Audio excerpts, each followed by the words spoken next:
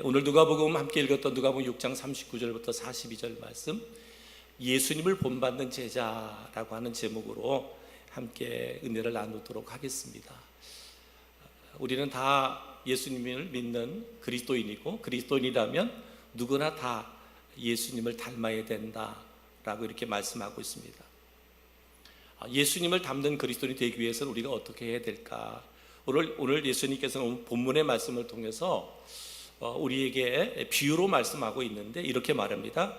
맹인이 맹인을 인도할 수 없다, 이렇게 말씀했어요. 맹인이 맹인을 인도할 수 없다. 이 말씀은 그 유대 사회에서 흔히 쓰는 격언이었다고 합니다. 유대 사회에서 흔히 쓰는 말이었다는 거예요. 맹인이 맹인을 인도할 수 없다. 그 당시에 보면 영적으로 맹인이 되어 거짓 지도자를 따라가고 있는 사람들과 근본적으로 지도자의 자격을 갖추지 않는 사이비, 그러니까 사이비 지도자들을 책망하기 위해서 이 비유의 말씀을 주셨다는 거죠. 그래서 책망의 대상이 바리새인이었고, 그 다음에 서기관들이었고, 또 유다 백성들도 포함되고 있었다. 그러면서 영적으로는 이 세상의 모든 사람들이 모두 영적인 맹인이다. 그래서 어떤 사람들은 이렇게 맹인과도 같은 사람들이 정치적 지도자가 되기도 하고, 어떤 사람들은 교육계의 지도자가 되기도 하고, 어떤 사람들은 종교계 지도자 노릇을 하고 있다라는 거예요. 영적인 맹인인 사람들이 이 사회 정치나 교육이나 종교의 지도자가 되어가고 있다라고 말하고 있어요.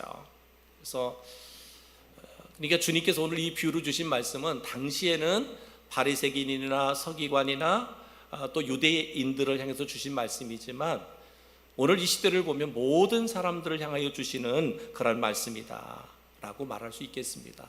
왜냐하면 때로는 우리 교회 안에도 하나님에 대해서 알지 못하고 하나님의 일꾼으로 일하고 있는 사람들이 있다라는 거예요. 이런 사람들은 뭐예요? 영적 맹인과도 같은 거예요. 하나님을 알지 못하고, 예수 그리스도를 알지 못하고, 성령님에 대해서 알지 못하고 교회 일꾼 되어 일을 하고 있다라는 거예요. 그것이 참 문제라고 하는 거잖아요. 문제라고 하는 것. 그래서 영적인 소경은 모든 인간에 대해서 영적 소경이라고 말하거든요. 왜냐하면 그들은 하나님에 대해서 모르고 있다라는 거예요. 하나님에 대해서 모르고 있다. 그래서 누가복음 6장 39절에 또 비유로 말씀하시되 맹인이 맹인을 인도할 수 있느냐? 둘이 다 구덩이에 빠지지 않겠느냐? 그렇잖아요. 앞을 보지 못하는 사람이 인도한다면 둘 다 구덩이에 빠질 수밖에 없다. 말씀드린 것처럼 맹인은 여기 영적으로 볼 때는 하나님에 대해서, 예수님에 대해서, 성령님에 대해서 알지 못하는 자들이 결국은 구덩이에 빠뜨린다. 음부와 지옥과 영원한 불못 등을 가리키고 있는데 여기에 빠지게 된단 말이에요. 그러니까 교회로 본다고 하면 교회에서 영적 지도자가 얼마나 중요한가? 교회 안에 영적 지도자가 얼마나 중요한가? 영적인 지도자가 영적인 맹인이에요. 하나님에 대해서는 몰라요. 예수님에 대해서도 몰라요. 성령님에 대해서도 몰라요. 그런데 선생이 되어 이끌어가고 있어요. 목자가 돼서 이끌어가고 있어요. 그들의 결국은 뭐다? 여기 표현한 대로 구덩이, 음부, 지옥, 영원한 불못이라는 거죠. 그러니까 교회에서 지도자들, 또 특별히 우리 교사들, 어린이들, 학생들을, 청년들을 지도하는 교사들, 정말 몽학성생이 되어서는 안 돼요. 더 기도하면서 성령 충만한 가운데 하나님에 대해서, 예수님에 대해서, 성령님에 대해서 알아야 돼요. 그리고 내가 아는 만큼 내게 맡겨진 아이들을 주께로 인도해 줘야 돼요. 말씀으로 이끌어 줘야 돼요. 우리 교회에서 일꾼으로 일하는 모든 분들 마찬가지예요. 여러분, 하나님은 신비로운 존재잖아요. 신비로운 존재예요. 영적 존재라는 거예요. 영적 존재는 우리가 영으로 깨어있는 사람만이 알 수 있는 거예요. 하나님. 여러분, 이론적으로 공부해가지고 되는 게 아니잖아요. 한 10여 년 전에 우리 교회에 잠깐 오셨던 한 장로님이 있어요. 그분하고 성경 공부를 했었는데 머리가 좋았어요. 근데 장로가 됐어요. 장로가 됐는데 그때 고백하는 게 뭐야? 그 여자 이제 권사님도 고백하는 게 그냥 공부해갖고 됐다는 거예요. 공부. 그래서 시험 보면 다 됐다는 거예요. 교회에서 시험 보면 다 돼가지고 그래서 그렇게 합격해가지고 장로가 됐다는 거예요. 그래서 가장 기본적인 우리의 새신자 성경 공부를 하는데 뭐 그 공부하면서 얼마나 놀라워하는지 모르는 거예요. 그냥 지식적으로는 알아요. 하나님이 누구냐? 왜? 뭐 공부를 했으니까 알아요. 그 지식적인 알미 아니잖아요. 하나님은 신비로운 존재잖아요. 영적으로 우리가 깨닫지 않으면 하나님의 존재를 우리는 안다고 할 수가 없잖아요. 그죠? 그러니까 우리가 예수님을 믿는 순간부터 우리는 영적인 존재야. 그러니까 성령이 나를 지배하고 나를 통치하고 나를 다스리고 성령의 역사하심 앞에 내가 순종하며 나아갈 때 내가 더 하나님을 깊이 경험하고 또 경험하게 되는 거예요. 알아가는 거죠. 경험해 가는 거죠. 체험해 가는 거죠. 그러니 교회 안에도 그렇다고 보면 세상의 사람들은 뭐야? 하나님을 알지 못한다는 거예요. 하나님에 대해 전혀 모른다는 거예요. 그러면 어떻게 해야 되겠어요? 하나님을 알지 못하는 저들에게 우리는 하나님을 전해야 되잖아요. 그죠? 그래서 우리가 복음을 전하는 거죠. 전도하는 겁니다. 왜 맹인이라고 말하고 있냐? 영적으로 맹인이라고 말하느냐 보면 하나님의 섭리에 대해서 모른다는 거. 하나님의 섭리. 하나님의 섭리요. 여러분 로마서 8장 28절 말씀 우리가 잘 아는 말씀인데요. 우리가 알거니와 하나님을 사랑하는 자 곧에게는 모든 것이 합력하여 선을 이루느니라 그랬잖아요. 그죠? 하나님을 사랑하는 자, 곧 그의 뜻대로 부르심을 입은 자들에게는 우리 성도들을 말하잖아요. 그들은 모든 것이 합력하여 뭐를 이룬다? 선을 이룬다. 이것이 하나님의 뜻이에요. 그러니까 하나님께서 그 백성들을 이끌어 가실 때에는 뭐가 있다는 거예요? 하나님의 섭리가 있다라는 거예요. 하나님의 섭리가. 근데 때로는 우리들은 어떡하죠? 내 생각대로 안 된다고, 내가 원하는 대로, 내가 바라는 대로 안 됐다고 그것 때문에 우리는 실망하고 실족하고 넘어지고 쓰러지고 불평하고 이럴 때가 얼마나 많아요. 내가 하나님의 자녀라면, 내가 하나님의 백성이라면 하나님은 나의 모든 삶 가운데 역사하셔서 섭리하셔서 우리를 선한 길로 이루시는 분이 하나님이란 말이에요. 하나님의 섭리는. 그런데 우리가 이 하나님의 섭리를 믿지 못하니까 당장 눈앞에 펼쳐져 있는 그 고난 앞에서 우리는 불평하고 원망하고 심지어 하나님에게서 멀어지고 떠나가는 사람들도 있다 이 말입니다. 하나님의 섭리와 사랑에 대한 정말 깊은 이해가 우리에게 필요하다. 근데 많은 세상의 사람들이 하나님의 섭리를 믿겠어요? 알겠어요? 그들은 그냥 주어진 일들이 뭐라 그래요? 그냥 운명이라고 생각하잖아요. 팔자라고 말하잖아요. 그냥 팔자려니 하고 살아요 이렇게. 근데 안타깝게도 이게 누가 하나님을 믿는다고 하는 그리스도인들도 팔자 타령을 한단 말이에요. 운명을 탓한단 말이에요. 아니잖아요. 그죠? 아니죠? 우리의 삶 분명히 하나님의 주권 아래 하나님의 섭리 가운데 지금 나를 이끌어가고 있는 거예요.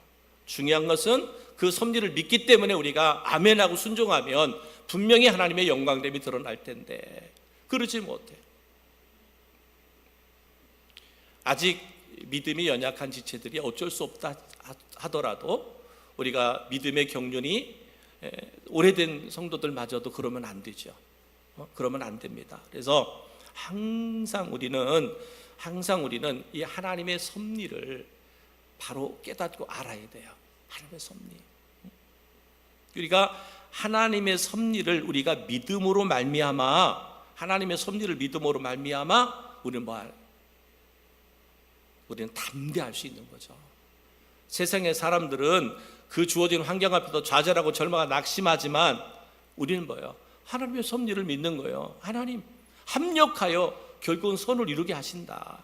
지금의 과정이 결국은 선을 이루게 하시는 분이 하나님의 주권이고 하나님의 섭리다. 우리가 하나님의 섭리를 모르고 살 때가 너무나 많은데, 사랑하는 성도 여러분, 하나님에 대해서, 예수님에 대해서, 성령님에 대해서 알지 못한 채 그리스도의 삶을 살아가면 안 됩니다. 하나님에 대해 더 깊이 알아가는 우리 성도들 되기를 바라고, 또한 내 삶 가운데 역사하시는 하나님의 섭리를 알아가는 우리 성도들이 되기를 주님의 이름으로 축복합니다. 그래야 뭐가 안 된다. 내가 맹인이 되지 않는다. 맹인이 맹인을 인도하면 둘 다 뭐예요? 구덩이에 빠진다는 거잖아요. 쉽게 말하면 지옥 간다는 거예요. 맹인이 맹인을 인도하면 구덩이에 빠지는 것처럼, 하나님을 알지 못하는 사람들이, 하나님의 섭리를 알지 못하는 사람들이 이끌어가면 결국 그들은 둘 다 구덩이에 빠진다, 지옥에 빠질 수밖에 없다, 심판의 자리에 갈 수밖에 없다라고 하는 것을 분명하게 우리에게 말씀하고 있습니다. 그래서 우리가 뭐 해야 된다? 하나님을 더 알아가야 된다. 그런 은혜가 있기를 주의 이름으로 축복합니다. 그러면서 이제 우리는 예수님을 본받는 제자가 되어야 된다. 예수님을 본받는 제자가 되어야 된다. 그러면서 맹인을 인도할 때에 그 잘못됨을 이야기하면서 오늘 제자가 선생보다 높지 못하다고 말씀하고 있습니다. 오늘 말씀에 제자가 선생님보다 높지 못하다라고 말씀하고 있습니다. 우리는 결코 예수님처럼 위대한 교사가 될 수 없지만, 우리가 스승이신 예수 그리스도의 가르침을 받아 드리고 온전한 성도가 된다면 우리 또한 예수님처럼 온전한 스승이 될 수 있다라고 그렇게 말씀하고 있습니다. 그러면 우리가 어떻게 하면 예수님과 같은 온전한 스승이 될 수 있을까? 오늘 우리에게 말씀하는 것은 뭐냐면 우리의 온전한 믿음이에요. 우리가 믿음이 온전해야, 우리의 믿음이 온전해야 예수님을 닮은, 예수님과 같은 제자가 될 수 있다라고 말하고 있습니다. 하나님 우리에게 온전한 믿음을 요구하고 있습니다. 부분적인 믿음, 또 뭐 불완전한 믿음, 환경에 따라 변하는 가변적인 믿음, 주님이 원하지 않아요. 우리 하나님이 원하는 것은 하나님에 대한 전폭적인 신뢰, 하나님을 전폭적으로 신뢰하는 일사각오의 헌신적인 믿음을 하나님은 우리에게 요구하고 있습니다. 우리의 형편 따라, 우리의 사정 따라, 환경 따라 늘 변동하는 믿음을 주님이 원하지 않아요. 불완전한 믿음, 부분적인 믿음, 내가 좋아하는 것은 믿고 내가 싫어하는 것은 안 믿고, 이런 부분적인 것이나 불완전한 믿음, 가변적인 믿음 주님이 원하지 않아요. 우리 주님이 일사각오의 헌신적인 믿음, 정말 죽으면 죽으리다라고 하는 이러한 일사각오의 그런 믿음을 우리 주님은 원하신다라고 말씀하고 있습니다. 그래서 하나님은 뭐라고 말해요? 믿음이 없이는 하나님을 기쁘시게 할 수 없다. 그렇게 히브리서 11장 6절에 말씀하고 있습니다. 믿음이 없이는 하나님을 기쁘시게 하지 못하나니 하나님께 나아가는 자는 반드시 그가 계신 것과 또한 그가 자기를 찾는 자들에게 상 주시는 이심을 믿어야 할지니라. 그랬습니다. 우리가 믿음이 없으면 하나님을 기쁘시게 할 수 없다. 그러니까 우리에게 하나님이 원하시는 믿음은 온전한 믿음이에요. 온전한 믿음, 전폭적인 믿음, 하나님을 전폭적으로 신뢰하는 그 믿음을 하나님은 원하신다라고 말씀하고 있습니다. 온전한 믿음은 그래서 나를 바라보게 하고 내 속에 있는 불신적인 요소 때문에 몸부림치게 만드는 거예요. 내게 온전한 믿음이 있으면 나 자신을 바라보면서 나의 허물과 나의 부족함, 하나님의 말씀대로 살지 못하는 그 나를 막 한탄하면서 막 그렇게 부르짖어 기도하고 몸부림친다라는 거죠. 그래서 날마다 하나님과 영적인 동행을 위해서 우리가 애쓰고 힘쓴단 말이에요. 오늘도 내가 하루를 시작하며 한 날 내가 어떻게 주님과 동행하는 삶을 살까? 내 삶에서 어떻게 하면 하나님의 뜻이 이루어지는 그런 삶을 살까? 이런 몸부림이 있는 그런 믿음, 이 믿음을 하나님 뭐 한다? 기뻐하신다. 되는 대로 믿지 뭐, 그죠? 여러분 한번 생각해 보세요. 오늘도 얼마나 더웠어요. 하루 종일 삶의 현장에서 일하다가 뭐 저녁 시간에는 그냥 집에서 쉬고 싶을 거 아니에요, 그죠? 여러분의 마음을 내가 못 알아주는 것 같으네. 막 나 같으면 뭐 쉬고 싶었을 것 같아. 그래도 이 밤에 이 자리에 나올 수 있는 건 성령이 여러분을 이끌었기 때문에 오셨다고 저는 믿고 있습니다. 응? 여러분 마지못해 오신 분 없죠? 그죠? 주님이 여러분을 이끄시니까 이 자리에 있는 거예요. 하나님은 우리가 행해지는 것들을 이렇게 믿음으로 행하는 것들을 원하신다는 거예요. 믿음으로. 온전한 믿음을 원하고요. 또 하나님은 우리에게 뭐냐? 온전한 헌신을 원하는 거예요. 예수님 닮은 제자가 되기 위해서는 우리에게 온전한 헌신이 필요하다라고 말합니다. 온전한 헌신의 길. 여러분, 우리에게 있어서 하나님보다 더 사랑하는 것이 있다면 그것이 무엇이든지 모두 아낌없이 버릴 수 있어야 돼요. 내려놓을 수 있어야 됩니다. 우리 예수님은 어땠어요? 예수님은 하나님의 뜻을 이루시기 위해서 당신의 모든 것을 내려놓으셨어요. 그죠? 자신의 생명까지도 내려놓으셨습니다. 이것이 바로 예수님의 섬김의 삶이잖아요. 제자의 삶이다 말이죠. 끝까지 제자들을 섬기지 않았습니까? 그죠? 제자들을 섬겼습니다. 바로 우리가 예수님 닮은 제자가 되기 위해서는 우리가 온전한 헌신이 이루어져야 된다. 늘 헌신에 대해서 말씀드릴 때마다 드리는 거잖아요. 여러분, 내 짜투리 시간을 드리면서 헌신이라고 말하면 안 돼요. 내가 쓸 거 다 쓰고 나서 드리는 헌금을 그걸 헌신이라고 하면 안 됩니다. 헌신은 헌신은 최고의 것을 드리는 거예요. 내 삶에 최고 가치 있는 것들을 드리는 거예요. 그러니까 늘 얘기하는 거 있잖아요. 헌신에 대해서 얘기할 때마다 늘 얘기하는 것. 내가 할 수 있는 것 99%를 드리는 것은 헌신이라고 말할 수 없다. 내가 할 수 있는 99%는 누구든지 할 수 있는 거잖아요. 그런데 이거 안 된다 하는 1% 이거 안 되는 거 아시죠? 이거는 나의 생명과도 같은 거 아시죠? 하나님 아시잖아요. 나에게 그 하나라고 하는 게 얼마나 가치 있는 것인지 하나님 아시죠? 근데 하나님은 그 하나를 드릴 때 그것을 헌신이라고 말하는 거예요. 온전한 헌신. 주님께서는 그 헌신이 뭐였어요? 나를 위해서 십자가에 죽으시는 거였잖아요. 하나님 아버지, 이 잔을 옮길 수만 있으면 옮겨 주십시오. 그 하나, 예수님께 그 하나였잖아요. 주님이 우리를 위해 모든 거 다 줬잖아요. 다 줬단 말이에요. 기꺼이 자신의 모든 것을 들여서 섬겼던 분이 예수님이잖아요. 근데 마지막 겟세마네 동산에서 하나님 이거 하나, 나 다 하나님 뜻대로 순종했잖아요. 다 하나 했잖아요. 근데 이거 하나, 이 잔을 내가 십자가에서 죽지 않아도 저 영혼들을 살릴 수 있다면 하나님 이 잔을 옮겨주십시오. 이 잔을 옮겨주십시오. 그 하나였거든요. 근데 하나님이 침묵하시잖아요. 아니야, 네가 지금까지 네가 했던 거 99% 내가 다른 사람을 만약에 선택했더라도 그 사람은 그렇게 99% 너처럼 헌신했을 거야. 하나님 예수님 그 너 했을런지는 모르겠는데, 내가 원하는 거는 너의 생명이야. 너 하나하나 이 잔을 옮겨달라고 하던 이 잔, 난 그 한 잔을 원해. 그 예수님 십자가였잖아.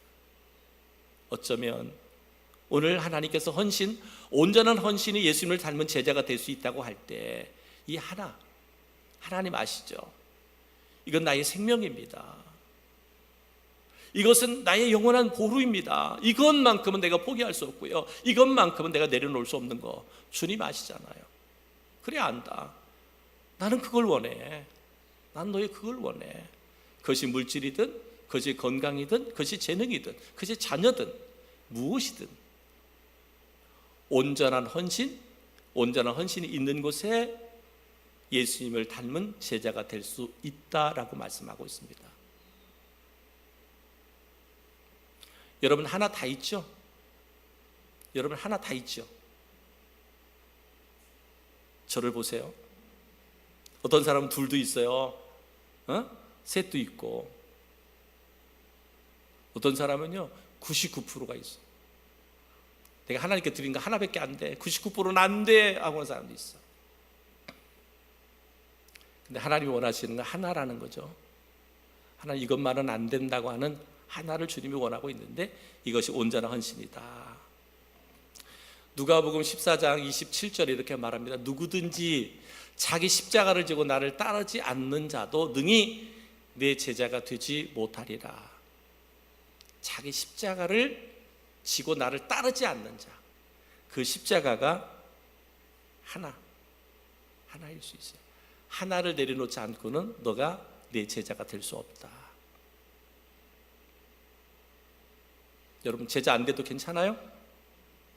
저는 우리 성도 한 사람 한 사람이 예수님 닮은 그런 제자들이 되기를 주님의 이름으로 축복합니다. 또한 세 번째는 우리가 예수님 닮은 참된 제자가 되려면 어떻게 해야 되느냐? 바로 우리는 겸손한 자가 되어야 된다. 겸손한 자가 되어야 된다. 빌립보서 2장 7절로 8절 말씀에 보면 이렇게 말합니다. 오히려 자기를 비워 종의 형체를 가지사 사람들과 같이 되셨고 사람의 모양으로 나타나사 자기를 낮추시고 죽기까지 복종하셨으니 곧 십자가에 죽으심이라 라고 말씀했습니다. 예수님께서 하나님께뿐만 아니라 사람들을 향해서도 겸손하게 생명도 주신 것뿐만 아니라 겸손히 주님은 무릎을 꿇고 제자들의 발을 씻겨주는 그러한 섬김의 삶을 살았던 것을 볼 수 있습니다. 예수님이 스스로 종의 자리에 들어갔었어요. 종의 자리에 들어가셔서 제자들의 발을 씻겨주셨어요. 그러면서 뭐라 그랬어요? 너희도 이와 같이 하라. 너희도 이와 같이 하라. 우리가 예수님을 닮은 제자가 되려면 어떻게 해야 돼요? 우리는 겸손히 섬기는 자가 되어야 됩니다. 겸손히 섬기는 자. 정말 우리가 이 시대에 정말 하나님 앞에 예수님을 닮은 제자가 되기 위해서는 하나님께는 우리가 철저하게 복종하고 헌신의 삶을 살아야 되고요. 그 다음에 수평적으로는 성도와 세상을 향해서는 겸손히 자신을 낮추고 섬기는 자가 되어야 된다. 그래야만 우리가 예수님을 닮은 제자가 될 수 있다라고 말합니다. 온전한 믿음, 온전한 헌신, 겸손한 섬김이 예수님을 닮은 제자가 될 수 있습니다. 그러면서 예수님을 본받는 제자가 되기 위해서는 어떻게 해야 되느냐라고 말하면 위선을 버려라 라고 말씀했어요. 오늘 말씀에 위선을 버려라. 여러분, 누가복음 6장 41절에 보니까 어찌하여 형제의 눈 속에 있는 티는 보고 내 눈 속에 있는 들보는 깨닫지 못하느냐, 이 말씀을 주셨어요. 이 말씀은 비판에 대한 성도들의 이 자세를 가르치는 예수님의 교훈이었어요. 비판하는, 형제에 대해서, 이웃에 대해서 막 비판하는 그들을 향하여 주시는 말씀이 뭐냐? 어찌하여 형제의 눈 속에 있는 티는 보고 내 눈 속에 있는 들보는 깨닫지 못하느냐? 형제의 눈 속에 있는 티와 내 눈 속에 있는 들보는 인간성의 한 면을 그대로 표시하는 거잖아요. 때로는 우리들의 삶을 이렇게 되돌아보면 나의 허물은 보이지 않고 상대방의 허물과 상대방의 부족함만 보일 때가 많잖아요. 그러니까 상대방의 부족함이 보이니까 뭐예요? 비난하는 거예요. 정죄하는 거예요. 판단하는 거예요. 우리에게 들보가 든 눈으로 형제의 눈 속에 있는 티를 보고자 하는 경우, 그게 얼마나 많은지. 그래서 항상 이렇게 말합니다. 자기 자신에 대해서 깨닫지 못하는 사람들, 그러니까 나 자신에 대해서 바로 보지 못하는 사람들이 그와 같이 상대방에 대해서 비난하고 비판하게 된다라고 말합니다. 그래서 오늘 예수님은 이러한 자들을 뭐라고 말하냐면 위선자라고 말합니다. 위선자. 내 눈에 있는 들보는 보지 못하고 상대방의 그 티만 보고 그 사람을 정죄하고 판단하는 사람들을 위선자라고 말합니다. 그래서 위선이라고 하는 것은 본질에 있어 아주 사악한 것이에요.